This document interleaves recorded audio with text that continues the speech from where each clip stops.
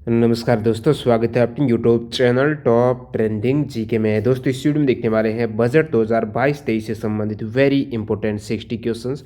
जो भी सवाल रहने वाले वो आपके लेटेस्ट एग्जाम पैटर्न पर आधारित है। इसका मतलब ये हुआ, जो प्रीवियस आपको पता है मैंने बहुत से एग्जाम के एनालिसिस कराया है रेलवे और एसएससी 2021 की, तो उनमें बजट से संबंधित काफ़ी सवाल पूछे गए थे और लेटेस्ट एग्जाम पैटर्न पर बजट के किस टाइप से सवाल आते हैं, तो इसी पर आधारित जो अब की बार बजट आया है 1 फरवरी 2022 को, बजट 2022-23 है, इसका एक तरीके से पूरा निचोड़ है और इससे बाहर कुछ भी नहीं जाने वाला है। नेक्स्ट आपके रेलवे और एससी एग्जाम 2022 में होंगे। यदि बजट से सवाल बनता है तो पूरा बजट यहाँ पर कवर कर लिया गया है। गारंटी देता हूँ इससे अंदर ही सवाल आने वाले हैं, तो अंत तक ज़रूर बने रहना। ये 60 वेरी इंपॉर्टेंट सवाल हैं, आप नोट डाउन कर लेना, जो आने वाले एग्जाम्स के लिए काफ़ी इंपॉर्टेंट है। इसकी पीडीएफ फाइल आपको हमारे टेलीग्राम चैनल पर मिलने वाली है। टेलीग्राम चैनल जिसकी लिंक डिस्क्रिप्शन बॉक्स में है, वो भी आप क्लिक करके ज्वाइन कर लेना।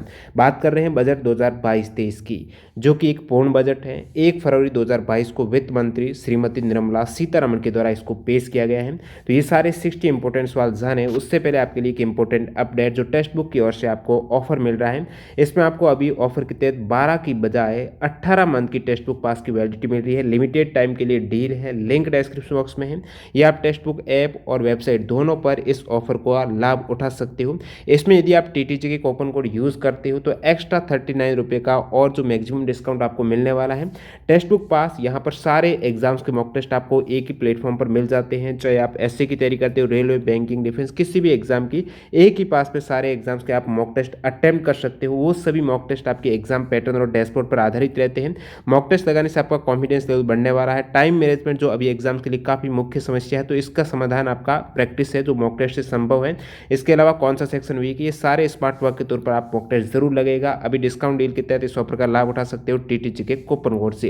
तो चलिए यहाँ पर कंटिन्यू कर लेते हैं, देख लेते हैं बजट 2022-23 से जुड़े हुए वेरी इंपॉर्टेंट क्वेश्चंस। जाने का आपके सामने पहला सवाल, वित्त मंत्री श्रीमती निर्मला सीतारमण ने बजट 2022-23 को किस प्रकार की संज्ञा दी है। तो इन्होंने बताया है बजट 2022-23 को अमृत काल के लिए ब्लूप्रिंट है। तो केंद्रीय वित्त मंत्री निर्मला सीतारमण ने कहा केंद्रीय बजट में अमृत काल के अगले 25 वर्षों का ब्लूप्रिंट है। अमृत काल ये इसका जो चौथा बजट आप कह सकते हो। आपको सवाल पूछ लें कि निर्मला सीतारमण के द्वारा जो पेश किया गया ये कौन सा बजट है, 2022-23 में इनका चौथा बजट है। नहीं, इनसे पहले ये 3 बजट और पेश कर चुकी हैं।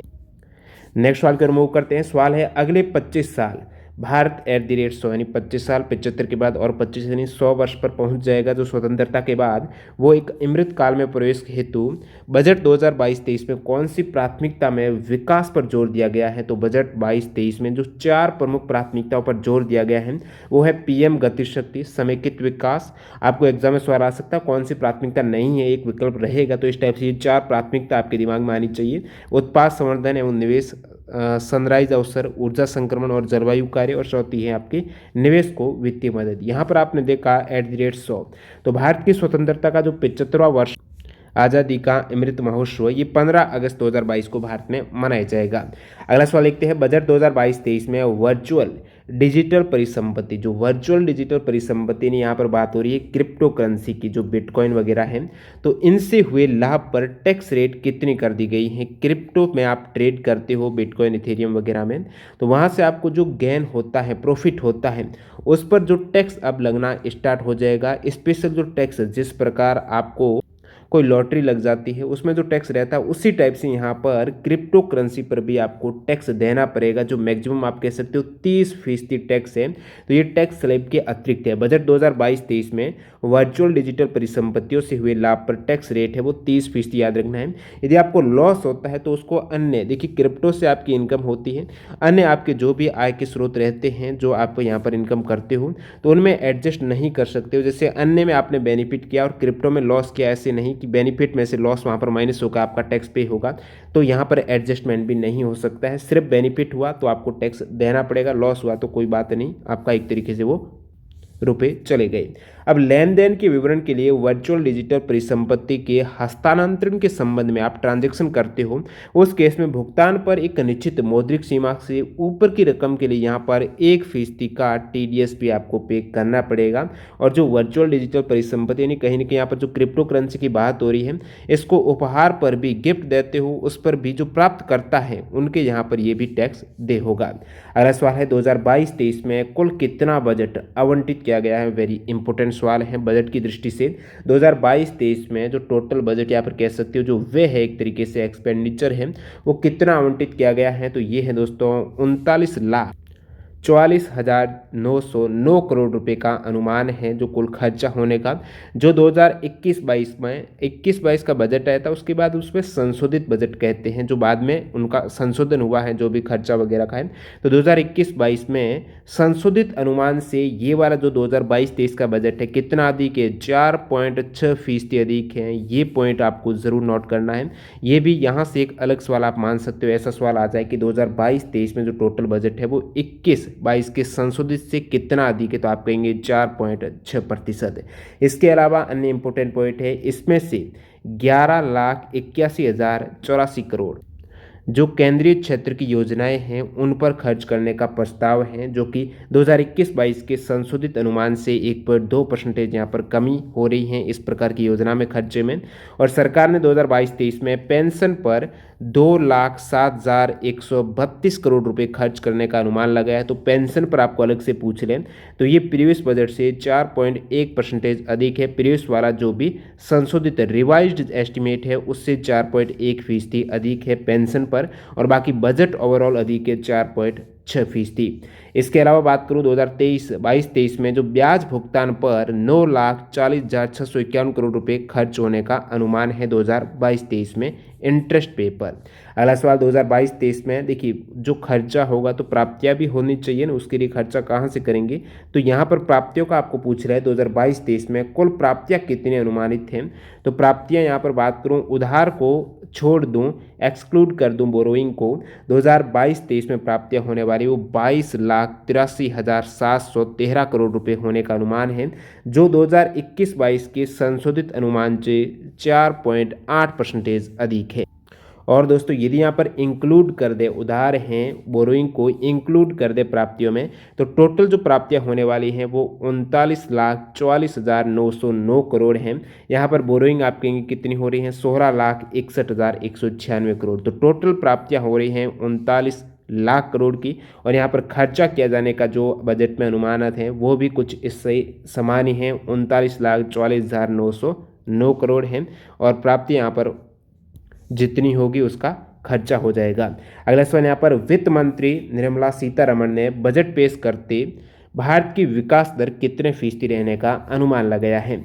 तो निर्मला सीतारमण के द्वारा बजट पेश करते हुए जो भारत की विकास दर है वो 9.27% रहने का अनुमान लगाया है। बाकी 2022-23 में नॉमिनल जीडीपी कितने प्रतिशत की दर से बढ़ने का अनुमान है, दोनों ही सवाल इंपॉर्टेंट हैं। 2022-23 में नॉमिनल जीडीपी है ये दोस्तों 11.1% की दर से बढ़ने का अनुमान है। कितना, 11.1%। और वित्त मंत्री के द्वारा भारत की विकास दर है 2022-23 में ये 9.27% का अनुमान लगाया गया है। 2022-23 में राजकोषीय घाटा जीडीपी का अनुमानित कितना प्रतिशत रहेगा। 2022-23 में जो राजकोषीय घाटा बजट में बताया गया है वो जीडीपी का अनुमानित 6.4% रहने का अनुमान लगाया गया है। कितना, 6.4% है राजकोषीय घाटा जीडीपी का 2022-23 में। और जो राजस्व घाटा है वो सकल घरेलू उत्पाद जीडीपी के 3.8% पर लक्षित है। और राजकोषीय घाटा जो आपको पूछा वो 6.4 पर, और राजस्व घाटा अलग है जो कि 3.8% है। दोनों ही आपको पॉइंट क्लियर होने चाहिए। बात करूँ प्राथमिक घाटा है वो राजकोषीय घाटा और ब्याज भुगतान के बीच का अंतर होता है। तो यहाँ पर प्राथमिक घाटा 2022-23 में इसका जीडीपी का कितना 2.8% होने का अनुमान है। तो तीन प्रकार के घाटे देख लीजिएगा, राजकोषीय घाटा जीडीपी का 6.4, राजस्व घाटा जीडीपी का 3.8 और प्राथमिक घाटा है वो जीडीपी का 2.8% होने का अनुमान है। और 2025-26 तक राजकोषीय घाटे को 4.5% से निचले स्तर पर लाया जाएगा। अगला सवाल, बजट 2022-23 में सर्वाधिक बजट किस मंत्रालय को आवंटित किया गया है? वेरी इंपॉर्टेंट सवाल है। टीसीएस कंपनी ने ऐसा ही सवाल प्रीवियस बजट का एसएससी एग्जाम 2021 में पूछा है। तो बजट 2022-23 में सर्वाधिक बजट किस मंत्रालय को आवंटित किया गया है? तो आप कहेंगे रक्षा मंत्रालय को। रक्षा मंत्रालय जो डिफेंस है, डिफेंस मिनिस्ट्री को यहाँ पर सर्वाधिक बजट आवंटित हुआ है। कितने करोड़ का? तो ये दोस्तों 5,25,166 करोड़ का। ये आपको संख्या भी पता होना चाहिए, जरूर याद रखिएगा इस फिगर को। 5,25,166 करोड़ रक्षा मंत्रालय को आवंटित हुए हैं, जो कि प्रीवियस बजट से कितना अधिक है? तो प्रीवियस बजट जो संशोधित वाला है, रिवाइज्ड एस्टिमेट है 2021-22 के, उससे 4.4% अधिक हैं। और 2022-23 का जो टोटल बजट आया है उसका जो ये 5,25,166 करोड़ है ना, ये कुल बजट का कितना है? 13.3% है, वो रक्षा मंत्रालय को ही आवंटित कर दिया गया है। अब इसके अलावा रक्षा मंत्रालय के अलावा अन्य मंत्रालय के जो बजट आवंटन हुआ है, पहले स्थान पर तो आपका रक्षा हो गया। उसके बाद यहाँ पर आप देख सकते हो consumer affairs, food and public distribution, ये मिनिस्ट्री है, इसको सेकंड स्थान पर 2,17,684 करोड़ रुपए आवंटित हुए हैं। जो प्रीवियस रिवाइज्ड एस्टिमेट आया था 2021-22 का, उससे 28.5% की कमी देखिएगा इस वाले मिनिस्ट्री में बजट है, पिछले बजट से इतना फीसदी कम मिला है। रोड ट्रांसपोर्ट और हाईवे, ये सभी मिनिस्ट्री का ब्यौरा है जो बजट आवंटित हुआ है 2022-23 में। तो जो सड़क परिवहन वाला मिनिस्ट्री है, राजमार्ग वाला, इसको बजट मिला है 1,99,108 करोड़, जो कि बजट में तीसरे स्थान पर है। और ये प्रीवियस 2021-22 के संशोधित से इसमें वृद्धि हुई है, वो भी 51.8% प्रीवियस बजट से ज़्यादा यहाँ पर रुपये का आवंटन हुआ है इस वाली मिनिस्ट्री जो रोड ट्रांसपोर्ट वाली है। चौथे स्थान पर जो बजट आवंटित हुआ है हाईएस्ट में, वो होम अफेयर्स है। होम अफेयर्स हैं, इसमें 1,50,776 करोड़ है, जिसमें वृद्धि आप देख सकते हो 7.3% की। पांचवें स्थान पर रेलवे मिनिस्ट्री, याद रखिएगा रेलवे एग्जाम के लिए इंपॉर्टेंट आपको याद रखना है। रेल मंत्रालय को 2022-23 में कितना बजट आवंटित हुआ है? तो आप कहेंगे 1,40,367 करोड़, जो कि प्रीवियस बजट से 16.9% ज़्यादा है। प्रीवियस बजट जो भी बात कर रहा हूँ कोष्टक में, वो रिवाइज्ड वाला है, संशोधित है 2021-22 वाला। उसके बाद रूरल डेवलपमेंट है, एग्रीकल्चर एंड फार्मर वेलफेयर है, इनके आगे ये आप फिगर देख लेना जो एग्जाम में आ जाए। केमिकल एंड फर्टिलाइजर्स है। और कम्युनिकेशन मिनिस्ट्री में यहाँ पर आप देख सकते हो कि अलग कलर दिया गया है। इससे आगे एक सवाल भी बताऊंगा मैं, काफ़ी इंपॉर्टेंट है। देखिए वृद्धि से है, सर्वाधिक वृद्धि से आपको पूछ लें, प्रीवियस जो संशोधित 2021-22 के बजट के बाद कौन से मिनिस्ट्री को यहाँ पर बजट सबसे अधिक वृद्धि से आवंटित हुआ है, यानी काफ़ी ज़्यादा मिला है, वो 1,05,407 करोड़ है, जो कि उससे पहले 2021-22 में जो सबसे अधिक, यहाँ पर आप 2021-22 में तुलना करेंगे कि सबसे अधिक वृद्धि कौन से मिनिस्ट्री को मिली है, ये इसी को 93.3% की। एजुकेशन में यहाँ पर 18.5% का ज़्यादा बजट मिला है प्रीवियस से। इसी प्रकार अन्य मिनिस्ट्री आप देख सकते हो। और जो टोटल यहाँ पर ये तय सारों में डिस्ट्रीब्यूट हुआ है, वो 39,44,909 करोड़ है, और जो कि प्रीवियस बजट से 4.6% ज़्यादा है। अगला सवाल, बजट आवंटन में 2021-22 के संशोधित अनुमान से सर्वाधिक बजट वृद्धि किस मंत्रालय में हुई है? तो 2021-22 से इस वाले बजट में सर्वाधिक जो बजट मिला है वो कौन सी मिनिस्ट्री को मिला है? तो वो दोस्तों मैंने बता दिया कम्युनिकेशन मिनिस्ट्री है, इसमें वृद्धि हुई है 93.3% की। उसके बाद जो मिनिस्ट्री में वृद्धि हुई है वो मिनिस्ट्री ऑफ रोड ट्रांसपोर्ट है 52%, फिर जल शक्ति मिनिस्ट्री को 25%। नेक्स्ट वाले यहाँ पर बजट 2022-23 में सबसे ज़्यादा बजट राशि किस योजना में आवंटित हुई है? ये भी वेरी वेरी इंपॉर्टेंट सवाल है, इस टाइप से एग्जाम में सवाल पूछे जाते हैं। कौन सी योजना में सबसे अधिक बजट आवंटित हुआ है? तो ये मनरेगा हो जाएगी, Mahatma Gandhi national rural employment guarantee scheme है। इस स्कीम को 73,000 करोड़ का आवंटन हुआ है, जो प्रीवियस संशोधित बजट 2021-22 से 25.5% कम है। हालांकि ये कम है, लेकिन सर्वाधिक बजट इसी योजना को मिला है। और सेकंड यहाँ पर बात करूँ जो सबसे अधिक दूसरा बड़ा आवंटन हुआ है वो पीएम किसान योजना को 2022-23 में 68,000 करोड़ रुपए का। तो ये कितने करोड़ का योजना को आवंटन हुआ है, ज़रूर याद रखिएगा। और जो प्रीवियस बजट से 0.7% की मामूली वृद्धि यहाँ पर देखी गई है। उसके बाद जल जीवन मिशन योजना है, इसको 60,000 करोड़ रुपये आवंटित हुए हैं। और कोष्टक में प्रीवियस वाले 2021-22 के रिवाइज्ड बजट से तुलना की की गई है, कितना अधिक मिला है इस योजना को, पर्टिकुलर स्कीम को।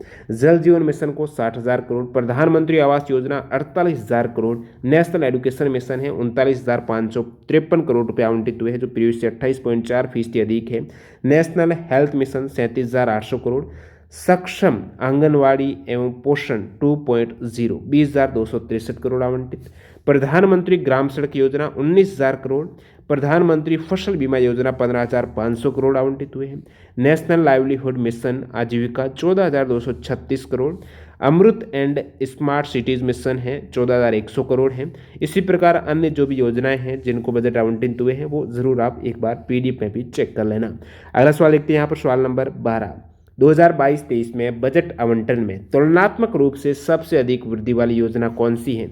जिस प्रकार अपन ने मंत्रालयों को देखा तुलनात्मक रूप से, इसी प्रकार जो सबसे अधिक वृद्धि हुई है प्रीवियस बजट से जो बजट आवंटन में, वो प्रधानमंत्री ग्राम सड़क योजना को मिला है बजट। वो भी कितनी वृद्धि हुई है? 35.7% अधिक है प्रीवियस रिवाइज्ड वाली 2021-22 के बजट से। उसके बाद जल जीवन मिशन वाली योजना 33.3%, फिर राष्ट्रीय शिक्षा मिशन 28.4%। तो सर्वाधिक वृद्धि देखने को मिली है प्रधानमंत्री ग्राम सड़क योजना में। सबसे अधिक बजट आवंटित हुआ है मनरेगा को।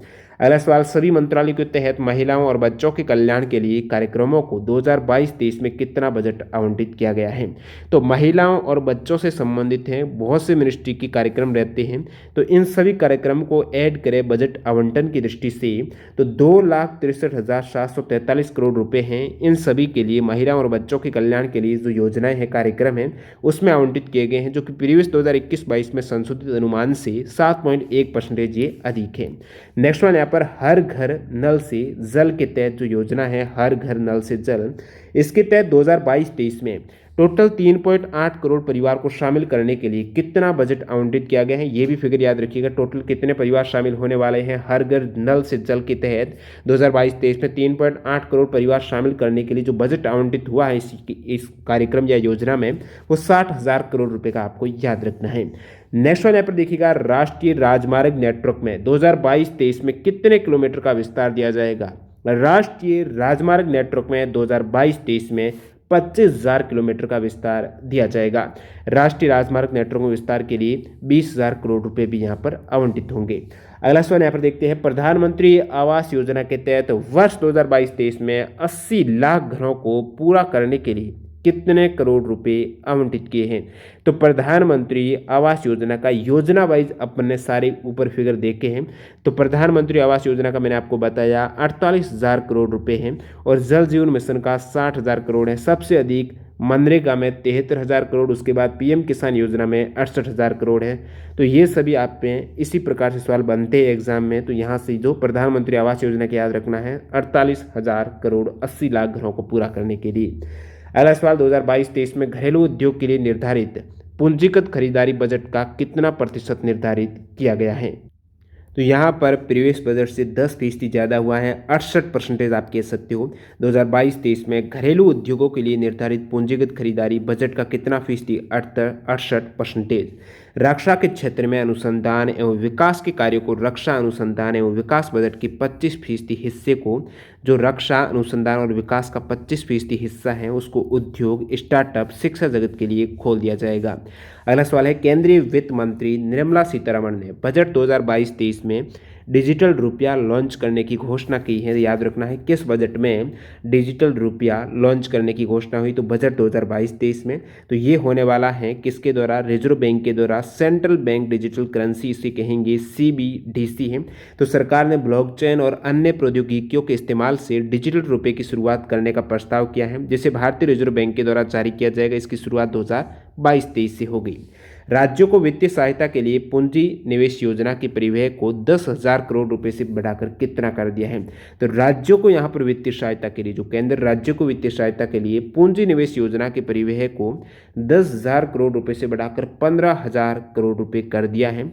और 2022-23 में अन्य में इंपॉर्टेंट बात करूँ, राज्य की बात हो रही है, तो अर्थव्यवस्था में सभी निवेशों को प्रेरित करने के उद्देश्य से राज्यों की मदद के लिए 1 लाख करोड़ रुपए का आवंटन किया जाएगा। कितना? याद रखना है, 1 लाख करोड़ रुपए का आवंटन किया जाएगा राज्यों की मदद के लिए। और ये 50 वर्षीय ब्याज मुक्त ऋण होने वाला है, जो राज्यों को दिए जाने वाले सामान्य कर्ज के अलावा होने वाला है 50 वर्षीय ब्याज मुक्त ऋण।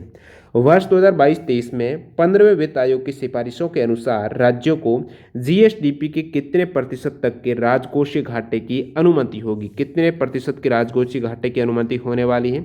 तो 4% आपको याद रखना है। वर्ष 2022-23 में 15वें वित्त आयोग की सिफारिशों के अनुसार राज्यों को जीएसडीपी के कितने प्रतिशत, 4% तक के राजकोषीय घाटे की अनुमति होगी। इसमें सिर्फ 0.5% बिजली क्षेत्र में सुधार से संबंधित होगी। अगला सवाल, सहकारी समितियों और कंपनियों के बीच समानता लाने के लिए इस बजट में सहकारी समितियों के लिए दर को घटाकर कितने प्रतिशत करने का प्रस्ताव किया है? तो पहले था सहकारी समितियों के लिए वैकल्पिक न्यूनतम कर भुगतान को 18.5% था, उसको अभी घटाकर 15% कर दिया है। कितना परसेंटेज? 15% है, 18.5 से घटाकर। साथ ही साथ एक और इम्पोर्टेंट पॉइंट है सहकारी समितियों पर जो बजट में हुआ है, वित्त मंत्री ने ऐसी सहकारी समितियों पर अधिभार की दर को भी मौजूदा 12% से घटाकर 7% करने का प्रस्ताव दिया है। कौन सी सहकारी समितियों पर? जिनकी कुल आमदनी 1 करोड़ से अधिक और 10 करोड़ रुपए तक की हैं, ऐसी सहकारी समितियों पर जो अधिभार की दर है उसको 12 से घटाकर कितना किया है? 7% है। दोनों ही पॉइंट याद रखना है। एक तो है सहकारी समिति और कंपनियों के बीच समानता के लिए सहकारी समितियों के लिए दर को घटाकर है वो 18.5 से 15 की है, और जिनकी आमदनी 1 करोड़ से 10 करोड़ के मध्य है ऐसी सहकारी समितियों पर जो अधिभार की दर है वो 12 से 7% की है। अगला सवाल, राज्य कर्मचारियों के लिए नेशनल पेंशन सिस्टम है, एनपीएस है। एनपीएस अकाउंट में नियोक्ता के कंट्रीब्यूशन पर जो टैक्स डिडक्शन लिमिट है ये 10% से बढ़ाकर कितनी कर दी है? तो ये जो केंद्र सरकार के कर्मचारी हैं उनके तुल्य कर दी हैं 10% से बढ़ाकर 14%। जो केंद्र सरकार के कर्मचारी को नेशनल पेंशन योजना में योगदान पर 14% तक की राहत मिलती थी, वही राहत अब मिलने वाली है राज्य कर्मचारियों को। कितनी? 14%। अगला सवाल, लॉन्ग टर्म कैपिटल गेन्स, जो यहाँ पर बात हो रही है एलटीसीजी यानी लॉन्ग टर्म कैपिटल गेन है, उस पर अधिकतम सरचार्ज कितना फीसदी कर दिया है? अधिकतम यानी सभी के लिए यहाँ पर एक तरीके से इक्वली कर दिया है सरचार्ज। जो अधिकतम रहने वाला है वो 15% है। पहले अलग अलग था, जैसे कि पहले 1 करोड़ से कम की बात करते हैं, या फिर जो लिस्टेड इक्विटी और इक्विटी म्यूचुअल फंड हैं उन पर लॉन्ग टर्म कैपिटल गेन पर जो सरचार्ज था वो 15% था, और अन्य जो एलटीसीजी पर सरचार्ज है वो 25% है अगर उनकी आय 2 करोड़ से 5 करोड़ के बीच में है, और अगर 5 करोड़ से अधिक आय है तो 37% सरचार्ज लगता था। अभी इस बजट में ये भी, जिनकी आय, इसमें फ़ायदा किनको होने वाला है? जिनकी आय है 2 करोड़ से ज़्यादा है तो उनके लिए भी अब ये 15% है, तो उनको ज़रूर फ़ायदा होगा। अगला सवाल, बजट में करदाताओं को वित्त वर्ष के कितने वर्षों के भीतर आय का अद्यतन विवरणी दाखिल करने की अनुमति कर दी है? अब बहुत बार हैं इनकम टैक्स रिटर्न फाइल करते हैं तो बाद में उनको ज़रूरत पड़ती है कि कुछ गलत हो गया है एडिट करने की, अपडेट करने की, तो 2 वर्ष तक जो भी उनका फाइनेंशियल ईयर रहता है उसके बाद 2 वर्ष तक वो अपडेट कर सकते हैं अपने इनकम टैक्स रिटर्न को, जो भी करदाता है। तो ये अनुमति 2 वर्ष तक दी है, लेकिन इसमें भी उनको पेनल्टी देनी पड़ेगी। जैसे कि यदि वो पहले वर्ष करते हैं तो 25% जितना भी उनका जाने वाला है, रिटर्न फाइल होने वाला है, जितना आईटीआर वो फाइल करेंगे उसका 25% जुर्माना है। यानी जो भी उनका टोटल रहता है इनकम, उन इनकम में से जितना टैक्स फाइल करेंगे उस टैक्स का 25% उसको जुर्माना है, और यहाँ पर इंटरेस्ट भी पे करना पड़ेगा। दूसरे वर्ष यहाँ पर करते हैं अपडेट तो 50% भी इनको जुर्माना लगेगा। रेलवे में किस अवधारणा को लोकप्रिय बनाया जाएगा ताकि स्थानीय व्यवसायों और आपूर्ति श्रृंखलाओं को आवश्यक मदद मिल सके? तो रेलवे में एक स्टेशन एक उत्पाद, एक स्टेशन का एक पर्टिकुलर प्रोडक्ट होगा ताकि जो भी उस स्टेशन या संबंधित क्षेत्र है वहाँ पर बिजनेस बढ़ सके। तो ये रेलवे में इस प्रकार को एक लोकप्रिय अवधारणा बनाई जाएगी, एक स्टेशन एक उत्पाद की।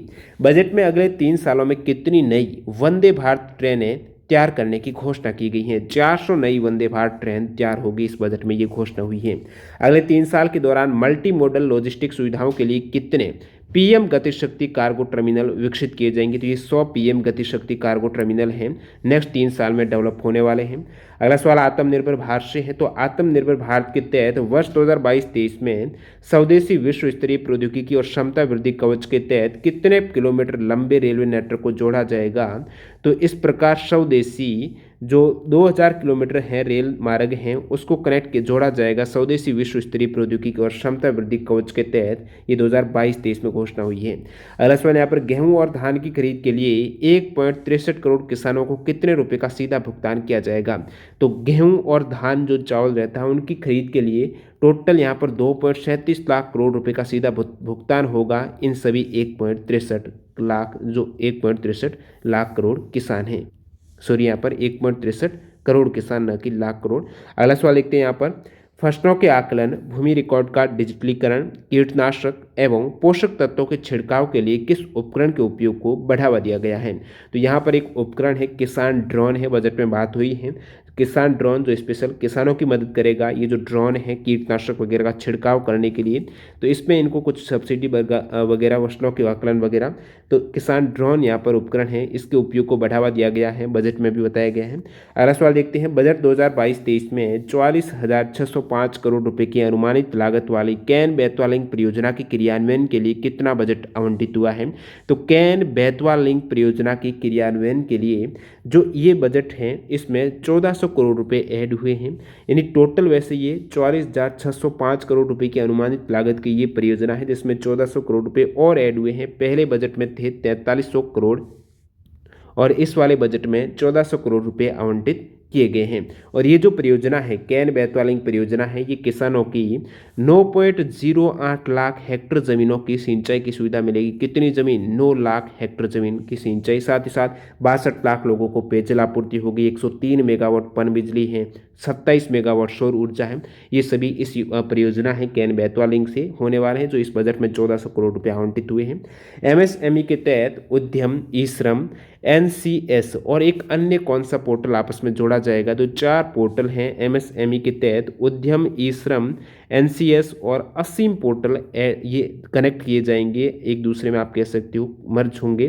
तो ये आत्मनिर्भर स्किल्ड एम्प्लॉयर मैपिंग जो असीम पोर्टल हैं ये इसके तहत आपस में जोड़े जाएंगे। अगला सवाल देखते हैं यहाँ पर ECLGS स्कीम के तहत, ECLGS बोले तो emergency credit line guarantee scheme, तो इसके तहत गारंटी कवर है, इसको पहले जो 50,000 करोड़ रुपए था उसको बढ़ाकर अब 5 लाख करोड़ रुपए कर दिया है। Emergency credit line guarantee scheme में अब जो गारंटी कवर है वो 5 लाख करोड़ कर दिया गया है। इंपॉर्टेंट सवाल है, ज़रूर याद रखना। और जो ये ECLGS है इसको मार्च 2023 तक बढ़ाया गया है। 130 लाख जो MSME हैं इनको इमरजेंसी क्रेडिट लिंक्ड गारंटी योजना के तहत अतिरिक्त कर्ज भी दिया जाएगा। अगला सवाल रेंजिंग एंड एस्लेटिंग MSME परफॉर्मेंस है जो रैंप कह सकते हो, तो इस प्रोग्राम में कितने रुपए के परिव्यय से ये शुरू किया जाएगा। तो ये जो RAMP प्रोग्राम है 1000 करोड़ रुपए के परिव्यय से शुरू किया जाएगा। सूक्ष्म एवं लघु उद्यम को सूक्ष्म एवं लघु उद्यम क्रेडिट गारंटी ट्रस्ट के तहत कितने रुपए का अतिरिक्त क्रेडिट दिया जाएगा। तो MSME सूक्ष्म एवं लघु उद्यम है, इनको ये जो सूक्ष्म एवं लघु उद्यम क्रेडिट गारंटी ट्रस्ट है इसके तहत 2 लाख करोड़ का अतिरिक्त क्रेडिट है वो दिया जाएगा। और इसमें यहाँ पर अगले 5 वर्षों में 6000 करोड़ रुपए के परिव्यय के साथ वर्धन एवं त्वरण MSME प्रदर्शन कार्यक्रम भी शुरू किया जाएगा। अगला सवाल देखते हैं जो ये 6000 करोड़ वाला ये।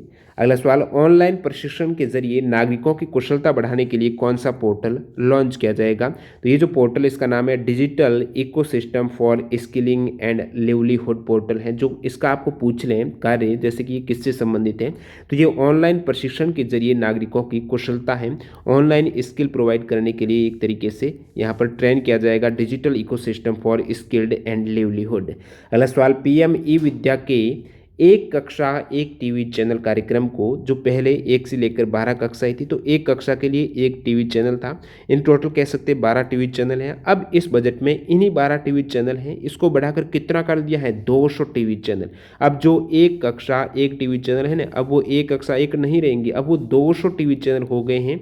अगला सवाल देखते हैं यहाँ पर व्यावसायिक पाठ्यक्रमों में आवश्यक कौशल को प्रोत्साहन देने रचनात्मकता की गुंजाइश के लिए विज्ञान एवं गणित में कितनी वर्चुअल प्रयोगशालाएं स्थापित होगी? इस टाइप से सवाल टीसीएस ने पूछे हैं प्रीवियस आपके 2021 वाले एग्जाम में। तो व्यावसायिक पाठ्यक्रमों में जो स्पेशल बात करें विज्ञान एवं गणित में वर्चुअल प्रयोगशाला स्थापित करने की, वो 750 वर्चुअल प्रयोगशालाएं स्थापित होगी। और साथ ही साथ यहाँ पर एक और फैक्ट बनता है, जो उन्नत शिक्षण माहौल के लिए 75 कौशल ई लैब हैं वो भी स्थापित होंगे। कौशल ई लैब 75 हैं, विज्ञान गणित के लिए 750 हैं। बजट 2022-23 में देश भर के विद्यार्थियों को उनके द्वार पर व्यक्तिगत तौर पर सुविधा प्रदान करने के उद्देश्य से विश्व स्तरीय गुणवत्तापूर्ण सर्वसुलभ शिक्षा देने के लिए किस प्रकार की यूनिवर्सिटी स्थापित करने की घोषणा हुई? तो 2022-23 के बजट में डिजिटल विश्वविद्यालय को स्थापित करने की घोषणा की गई है। नेक्स्ट वन यहाँ पर गुणवत्तापरक मानसिक स्वास्थ्य परामर्श एवं देखभाल सेवाओं तक बेहतर पहुंच स्थापित करने के लिए कौन सा यहाँ पर पोर्टल या फिर प्रोग्राम शुरू किया जाएगा? National tele mental health programme के बारे में आपको सवाल पूछा जा सकता है।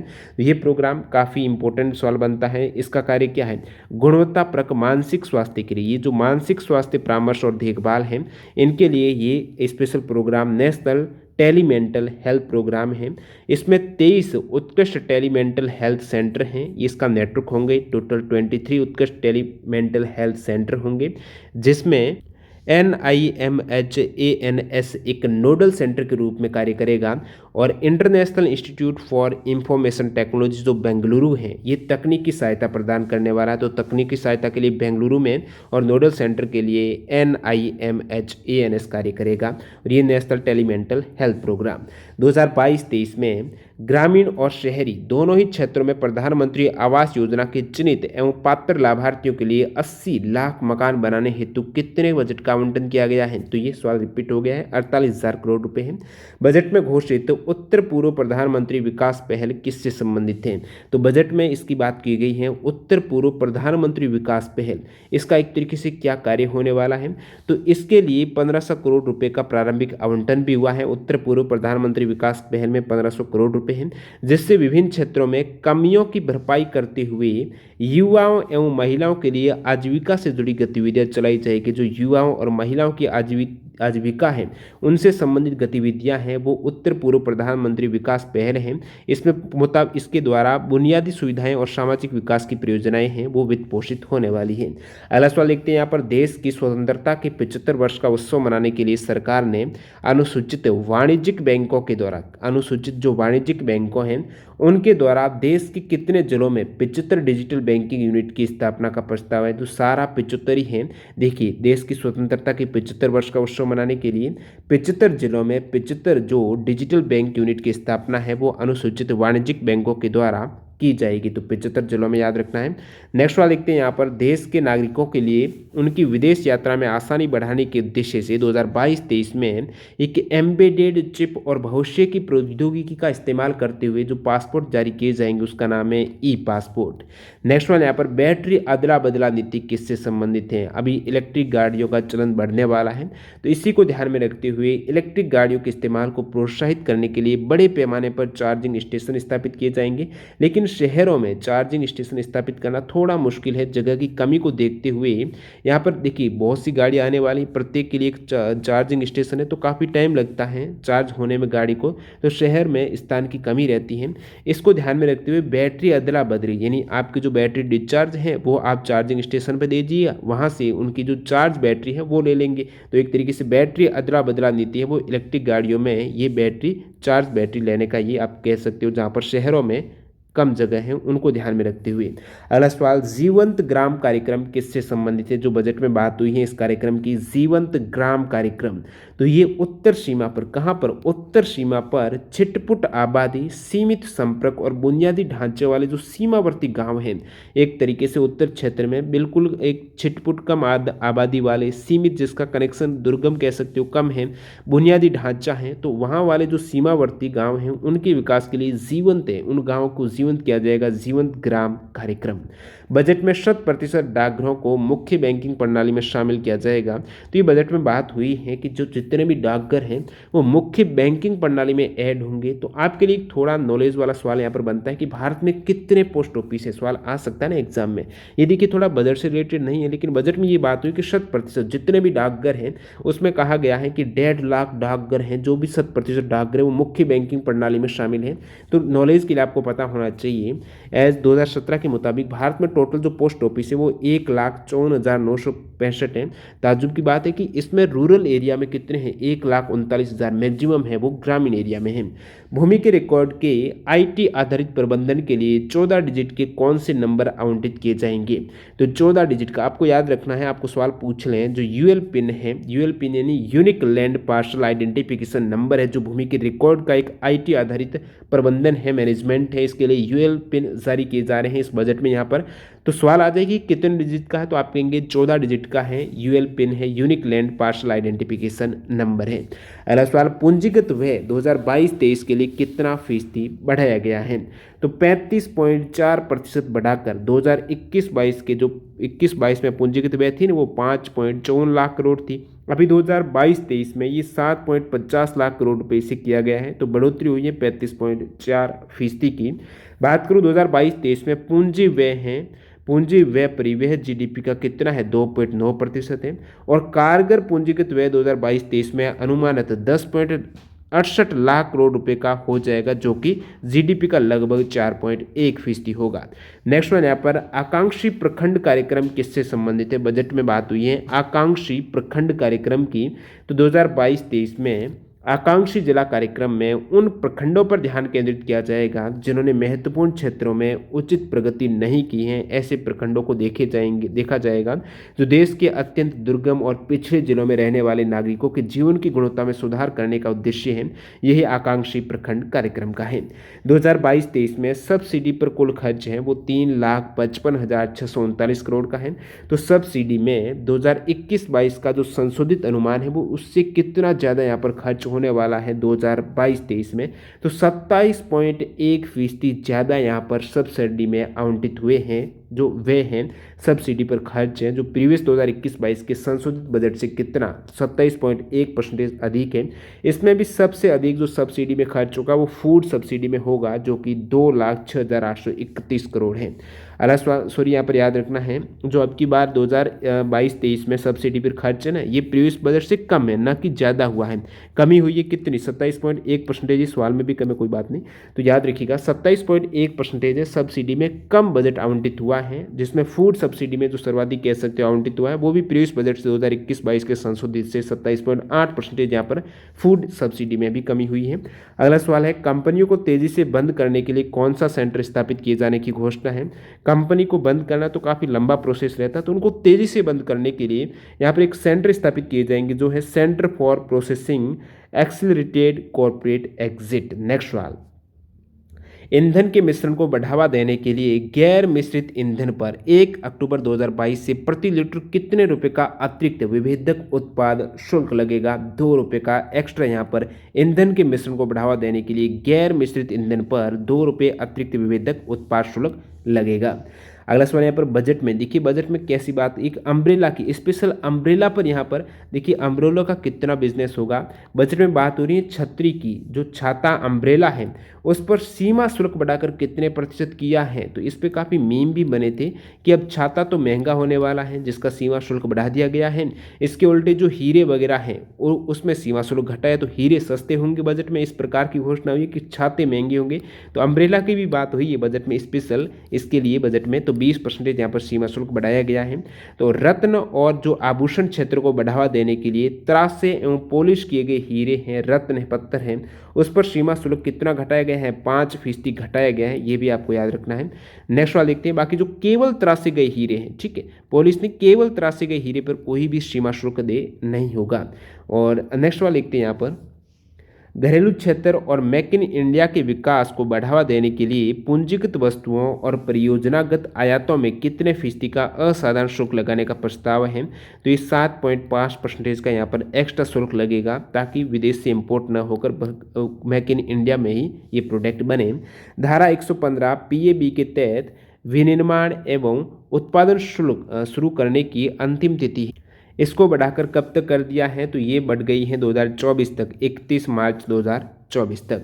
अगला सवाल देखते हैं, 2022-23 के लिए विनिवेश लक्ष्य कितना। डिसइन्वेस्टमेंट की बात हो रही है, जो सरकार के द्वारा काफ़ी जो सरकारी आप कह सकते हो जितनी भी कंपनी है उसकी हिस्सेदारी एक तरीके से प्राइवेट में बेचना, वो होता है विनिवेश। तो विनिवेश यानी सरकार द्वारा सार्वजनिक क्षेत्र का उपक्रम है, जो भी पीएसयू है उसमें अपनी हिस्सेदारी बेच देना विनिवेश है। 2022-23 में इस प्रकार विनिवेश का लक्ष्य रखा गया है, वो 65,000 करोड़ रुपए हैं, वो विनिवेश से आने वाले हैं।